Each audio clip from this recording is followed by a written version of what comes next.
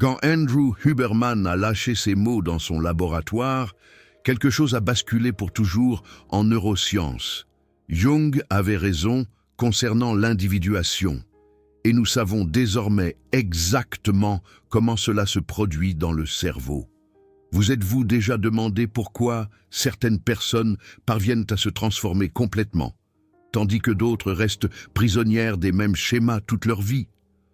Pourquoi certains semblent découvrir qui ils sont réellement, tandis que d'autres vivent comme des étrangers à eux-mêmes? La réponse était cachée pendant plus d'un siècle. Carl Jung l'a nommé individuation, ce processus par lequel une personne devient véritablement elle-même. Mais jusqu'à présent, cela n'était que théorie, jusqu'à ce qu'Andrew Huberman et son équipe fassent une découverte qui a tout changé. Ils ont prouvé que l'individuation n'est pas de la philosophie, c'est de la neuroplasticité, c'est de la science pure. Et ce qu'ils ont découvert va bouleverser tout ce que vous croyez savoir sur la transformation personnelle. Permettez-moi de vous raconter une histoire qui a commencé en 1961. Un patient entre dans le cabinet de Jung. Il est perdu. Il ne sait pas qui il est. Il ne sait pas ce qu'il veut. Il vit une vie qui n'est pas la sienne. Jung le regarde et lui dit quelque chose qui semblait fou à l'époque. Votre cerveau est littéralement programmé pour être une autre personne. Mais il peut être reprogrammé. Bien sûr, Jung n'a pas employé ces mots exacts. Il a parlé d'archétypes, de l'inconscient, de l'ombre. Mais l'essence était la même. L'être humain naît avec un potentiel infini, mais il apprend à être une version limitée de lui-même.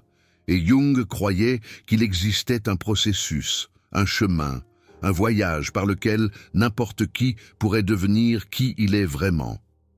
Il a appelé cela l'individuation. Mais il y avait un problème. Comment prouver quelque chose d'aussi profond? Comment montrer que ce n'était pas seulement une belle philosophie? Avance rapide jusqu'en 2023. Laboratoire de neurobiologie de l'Université de Stanford. Andrew Huberman analyse des images cérébrales. Ce ne sont pas des images ordinaires. Elles proviennent de personnes ayant subi de profondes transformations. Des personnes qui ont complètement changé leur vie.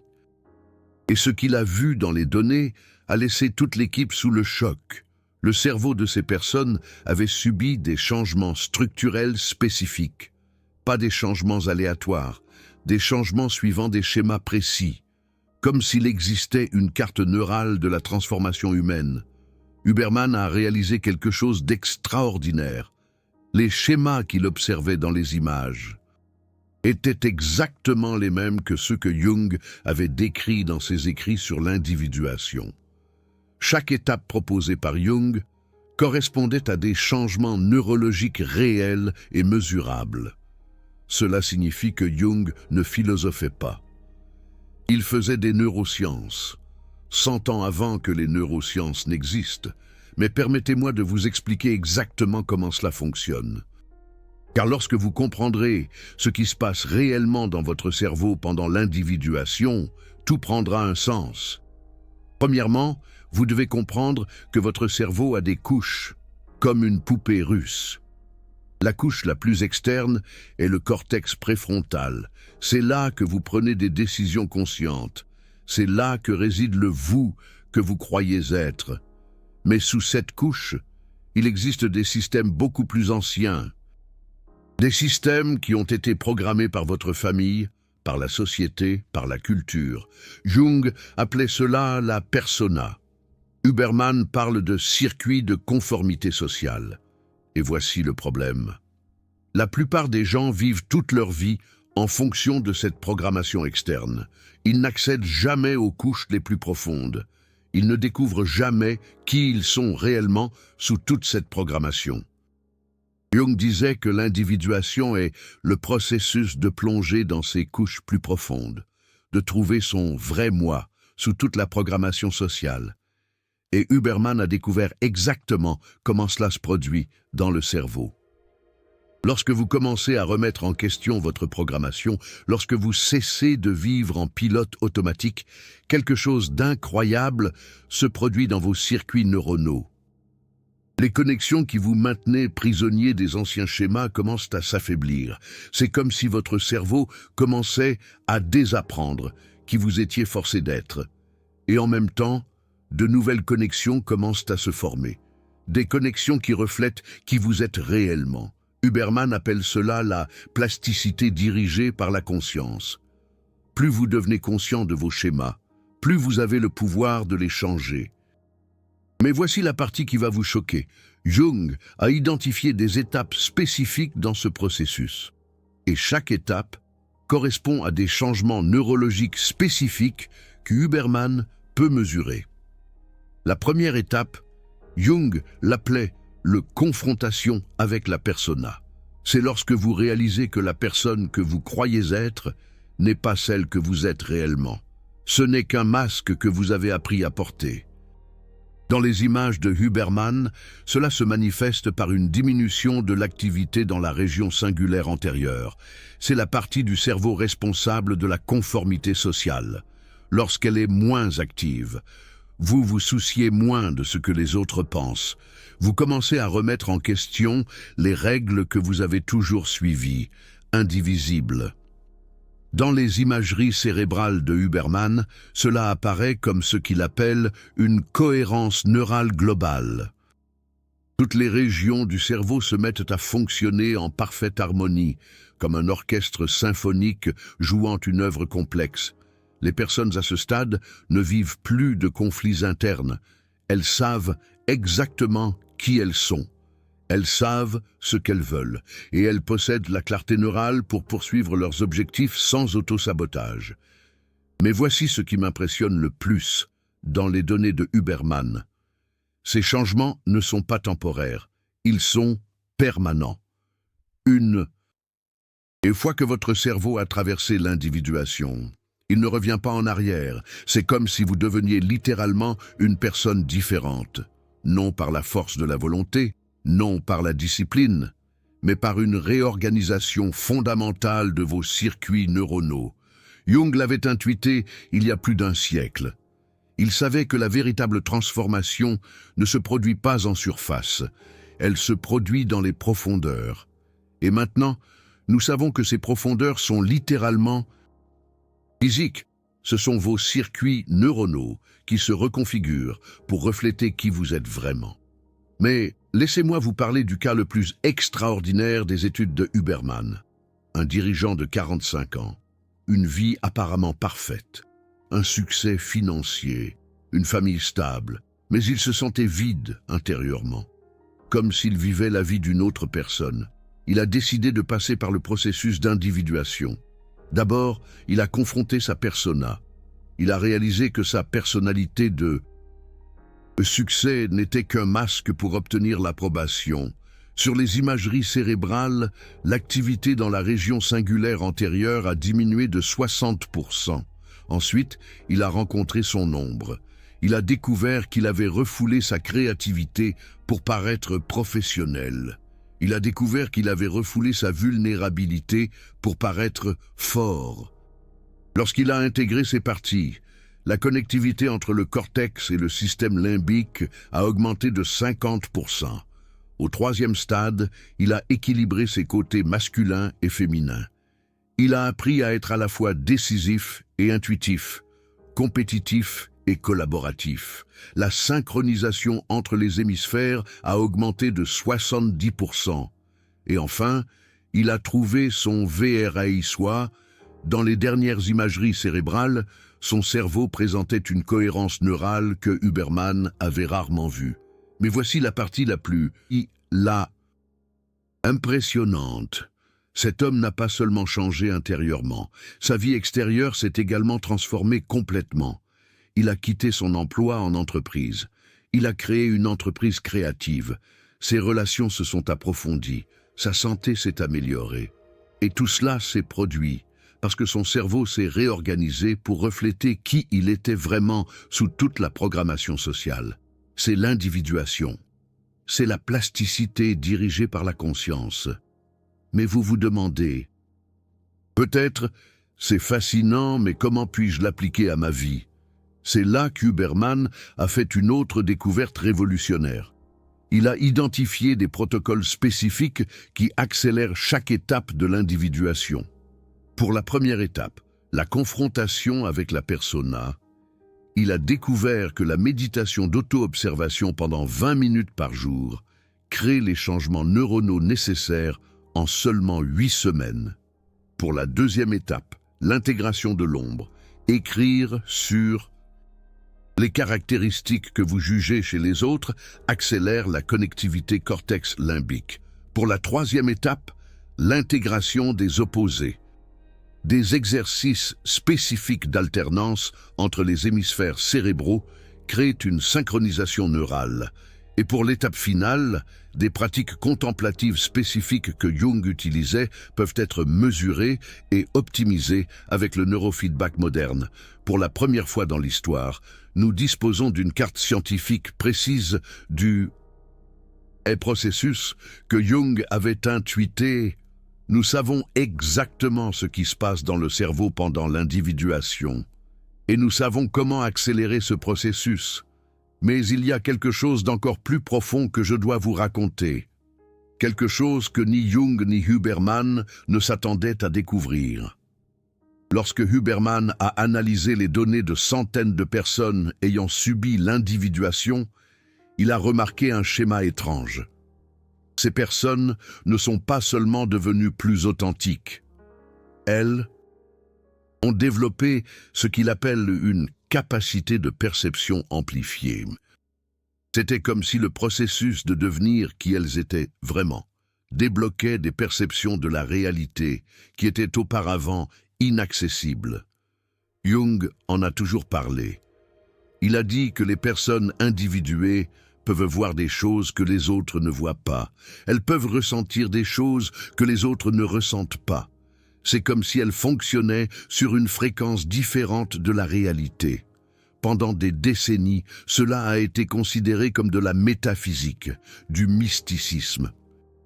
Quelque chose d'impossible à mesurer ou à prouver, jusqu'à ce que Huberman décide de le tester scientifiquement. Il a soumis des personnes individuées à des tests de perception, des tests d'intuition, des tests de capacité à lire des schémas complexes, et les résultats ont été impossibles à ignorer. Les personnes qui avaient subi une individuation complète obtenaient des scores 300% meilleurs aux tests de perception subtile. Elles pouvaient détecter des micro-expressions faciales que les autres ne voyaient pas. Elles pouvaient sentir les changements environnementaux que les autres ne percevaient pas. Elles pouvaient anticiper des schémas que les autres ne pouvaient pas. C'était comme si le processus de devenir authentiquement elles-mêmes avait aiguisé tous leurs sens à des niveaux surhumains. Mais voici la partie qui a empêché Huberman de dormir pendant des semaines. Lorsqu'il a analysé les imageries cérébrales de ces personnes, il a découvert qu'elles avaient développé des connexions neuronales qui n'existent tout simplement pas dans la plupart des cerveaux humains. Des connexions entre des régions qui ne communiquent normalement pas. Des voies neuronales qui semblaient traiter les informations de manière complètement nouvelle. C'était comme si l'individuation ne révélait pas seulement qui vous êtes vraiment, mais aussi des capacités humaines qui étaient dormantes chez la plupart des gens. Jung appelait cela la fonction transcendante, la capacité de percevoir et de traiter. Des aspects de la réalité qui sont au-delà de la conscience commune. Et maintenant, Huberman avait la preuve scientifique que ce n'est pas de la métaphysique. C'est de la neuroplasticité avancée. Mais laissez-moi vous expliquer comment cela fonctionne vraiment. Parce que lorsque vous comprendrez le mécanisme, vous réaliserez que ce n'est pas une question de devenir spécial. C'est une question de devenir complètement humain. Votre cerveau compte environ 86 milliards de neurones, et ces neurones peuvent former un nombre pratiquement infini de connexions, mais la plupart des gens n'utilisent qu'une infime fraction de ces possibilités de connexion. Pourquoi ? Parce que depuis votre enfance, vous avez été conditionné à penser de certaines manières, à percevoir de certaines manières, à traiter les informations de manière spécifique qui sont socialement acceptées. Ce conditionnement crée des schémas neuronaux fixes, des autoroutes mentales que votre cerveau utilise répétitivement, et plus vous utilisez ces schémas, plus il devient difficile de s'en sortir. C'est comme si vous aviez un cerveau capable d'être une bibliothèque gigantesque, mais vous n'utilisez qu'une seule étagère. Le reste verrouillé, inaccessible. L'individuation, elle déverrouille ces régions cérébrales. Quand vous vous libérez des schémas conditionnés, quand vous cessez d'opérer, uniquement selon la programmation sociale, votre cerveau commence à former de nouvelles connexions, des connexions qui étaient toujours disponibles, mais jamais activées, parce que vous étiez pris au piège des anciens schémas. Jung l'avait perçu il y a plus d'un siècle. Il savait que l'individuation ne se résume pas à la connaissance de soi. C'est une question d'élargir sa capacité de perception et de traitement de la réalité. Et Huberman, à l'université de Stanford, possède maintenant les données pour le prouver. Mais voici ce qui me fascine le plus dans les études d'Huberman. Il a découvert qu'il existe une séquence spécifique dans ce développement d'une perception élargie. Premièrement, les individus développent ce qu'il appelle une intuition sociale améliorée. Ils commencent à percevoir des dynamiques interpersonnelles qui étaient auparavant invisibles. Ils arrivent à ressentir ce que les autres ressentent vraiment, même lorsqu'ils essaient de le cacher. Sur les images cérébrales, cela se traduit par une augmentation de la connectivité entre le cortex orbitofrontal et le système des neurones miroirs. Leur capacité à refléter les états internes des autres devient surdéveloppée. Deuxièmement, ils développent une perception des schémas systémiques. Ils commencent à voir des connexions entre des événements qui semblent sans rapport. Ils peuvent anticiper les tendances et les changements dans des systèmes complexes. Sur les images cérébrales, cela se manifeste par une synchronisation entre de multiples réseaux neuronaux. Le cerveau commence à traiter l'information de manière holistique au lieu de manière fragmentée. Troisièmement, il développe ce que Huberman appelle une perception temporelle non linéaire. Ils peuvent accéder à des informations sur des situations futures probables, basées sur des indices subtils du présent. Cela ressemble à de la science-fiction, mais sur les images cérébrales, cela apparaît comme une activation de régions du cerveau normalement associées à la mémoire, utilisées pour le traitement prédictif. Et enfin, ils développent quelque chose que Jung a toujours décrit, mais n'a jamais pu expliquer scientifiquement: l'accès à ce qu'il appelait l'inconscient collectif. Huberman préfère le terme de traitement d'informations de champ. C'est comme si ces personnes pouvaient accéder à des informations qui ne sont pas stockées dans leur cerveau individuel, mais qui existent dans le champ d'informations partagé de l'humanité. Sur les images cérébrales, cela apparaît comme des schémas d'activité cérébrale impossibles à expliquer uniquement par le traitement neuronal individuel. C'est comme si le cerveau accédait à un réseau d'informations externes. Jung a toujours dit que les personnes véritablement individuées deviennent des ponts entre l'inconscient personnel et l'inconscient collectif. Elles peuvent accéder à une sagesse qui transcende leur expérience individuelle. Et maintenant, Huberman a des preuves scientifiques que ce n'est pas du mysticisme. C'est une capacité neuronale réelle qui peut être développée grâce au processus d'individuation. Mais peut-être la découverte la plus impressionnante d'Huberman est celle-ci. Ces capacités élargies n'apparaissent pas à la fin du processus d'individuation. Elles commencent à se manifester dès les premiers stades, dès que vous commencez à confronter votre persona, dès que vous cessez de vivre sur le pilote automatique social. Votre cerveau commence à former ces nouvelles connexions. C'est comme si l'authenticité et la perception élargie étaient la même chose. Plus vous devenez celui que vous êtes vraiment, plus vous pouvez percevoir la réalité telle qu'elle est vraiment, et cela a un sens évolutif. Pendant des millions d'années, la survie humaine a dépendu de une capacité à percevoir des schémas subtils, à lire des signes que les autres ne pouvaient pas voir, à anticiper les changements dans l'environnement. Mais la société moderne nous a appris à supprimer ces capacités, à ne faire confiance qu'à la logique rationnelle, à ignorer les intuitions, à rejeter les perceptions qui ne peuvent pas être prouvées. Le processus d'individuation vous reconnecte à ces capacités ancestrales, mais maintenant avec une conscience moderne, avec la capacité d'intégrer intuition et logique. Jung appelait ces personnes des individus complets. Huberman préfère cerveau optimisé. Mais il parle de la même chose, des êtres humains qui fonctionnent avec toute la capacité neuronale disponible, qui peuvent accéder à la fois à la sagesse rationnelle et à la sagesse intuitive, qui vivent connectés à la fois à leur authenticité individuelle et à l'intelligence collective de l'humanité. Mais voici quelque chose qui va vous surprendre.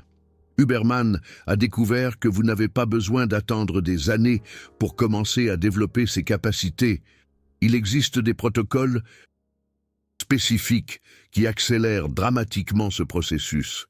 Des techniques que Jung utilisait intuitivement, mais qui peuvent maintenant être optimisées avec précision scientifique.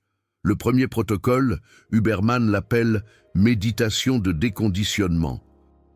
Ce n'est pas la méditation traditionnelle de relaxation. C'est un processus actif d'identification et de remise en question des schémas de pensée automatiques. Vous vous asseyez en silence et observez vos pensées. Mais au lieu d'essayer de les arrêter, vous les remettez en question une par une. D'où vient cette pensée? Est-ce vraiment la mienne ou a-t-elle été programmée? Si je n'avais pas appris à penser comme ça, comment penserais-je à ça? 15 minutes quotidiennes de cette pratique commencent à affaiblir les connexions neuronales automatiques en seulement 2 semaines. Votre cerveau commence littéralement à se libérer des schémas conditionnés. Le deuxième protocole est le journal d'intégration de l'ombre. Mais ce n'est pas un journal ordinaire. C'est un processus spécifique que Jung a développé pour accéder aux aspects rejetés de la personnalité. Chaque fois que vous ressentez une forte réaction émotionnelle envers quelqu'un, que ce soit une admiration extrême ou une irritation intense, vous écrivez à ce sujet, mais pas sur l'autre personne. Sur la façon dont cette caractéristique à laquelle vous réagissez existe en vous. Si vous admirez quelqu'un intensément, vous explorez comment vous avez supprimé cette même qualité en vous-même. Si vous vous irritez contre quelqu'un, vous explorez comment vous niez avoir cette même caractéristique. Ce processus accélère l'intégration de l'ombre de plusieurs années à quelques mois. Et sur les images cérébrales d'Huberman, les personnes qui le font de manière cohérente montrent une augmentation de 60% de la connectivité cortico-limbique en seulement 90 jours. Le troisième protocole, Huberman l'appelle « alternance hémisphérique consciente ». Il est basé sur la découverte que les personnes individées ont une synchronisation parfaite entre les hémisphères cérébraux. Vous consacrez des périodes spécifiques de la journée à des activités purement logiques et d'autres périodes à des activités purement intuitives. Mais le secret réside dans la transition consciente entre les deux modes. Vous ne changez pas seulement d'activité. Vous activez consciemment un côté du cerveau et désactivez l'autre. Avec la pratique, vous développez un contrôle volontaire sur l'hémisphère dominant.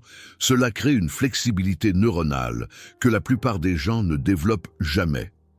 Vous pouvez être analytique quand vous en avez besoin, intuitif quand vous en avez besoin, et intégrer les deux quand nécessaire. Et le quatrième protocole est le plus puissant. Huberman l'appelle la pratique de la perception du champ. Il est basé sur la découverte que les personnes individuées peuvent accéder à des informations au-delà de leur cerveau individuel. Vous pratiquez l'expansion de votre attention au-delà des limites de votre corps physique. Vous sentez l'énergie de l'environnement autour de vous. Vous percevez des changements subtils dans le champ d'information dans lequel vous êtes immergé. Cela semble ésotérique, mais Huberman arrive à le mesurer. Les personnes qui pratiquent cela développent une sensibilité aux champs électromagnétiques subtils. Elles peuvent détecter des changements d'humeur chez d'autres personnes à des distances impossibles. Elles développent une intuition sur des situations qu'elles ne devraient pas pouvoir connaître. Jung a toujours dit que l'individuation finale consiste à transcender les limites de l'ego individuel. C'est se connecter à quelque chose de plus grand tout en maintenant son authenticité individuelle. Huberman a prouvé que ce n'est pas de la philosophie, c'est de la neuroplasticité dirigée. C'est l'évolution naturelle d'un cerveau libéré de conditionnements limitants. Mais voici ce qui m'impressionne le plus dans tout cela. Jung a développé ses idées il y a plus d'un siècle, basées uniquement sur l'observation clinique et une intuition profonde. Il n'avait pas la technologie, pas d'imagerie cérébrale, pas de neurofeedback. Mais il a cartographié avec une précision incroyable un processus que nous savons maintenant être neurologiquement réel. C'est comme si Jung était un neuroscientifique naturel, quelqu'un qui pouvait percevoir des schémas dans le comportement humain qui révélaient le fonctionnement réel du cerveau. Et cela me fait penser combien d'autres intuitions de penseurs anciens vont se révéler scientifiquement correctes dans les prochaines décennies. Combien d'idées sur le potentiel humain qui ont été rejetées comme du mysticisme sont en réalité des descriptions précises de capacités neurales que nous sommes encore en train de découvrir? Le travail d'Huberman validant Jung n'est que le commencement.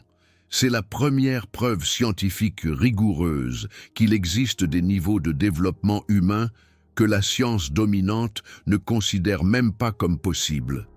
Et peut-être que l'implication la plus profonde est celle-ci. Si Jung avait raison sur l'individuation, si ses observations sur le potentiel humain se sont avérées neurologiquement précises, alors peut-être sous-estimons-nous drastiquement ce qui est possible. Pour un être humain, peut-être que l'individuation ne consiste pas seulement à devenir qui vous êtes vraiment. Peut-être consiste-t-elle à découvrir que qui vous êtes vraiment est bien plus que ce que vous aviez imaginé possible. Huberman a terminé son dernier article à ce sujet par une phrase qui me donne la chair de poule à chaque fois que je la lis. Les données suggèrent que ce que nous appelons le potentiel humain n'est qu'une fraction de ce qui est réellement possible lorsque nous permettons au cerveau de fonctionner sans les limitations du conditionnement social.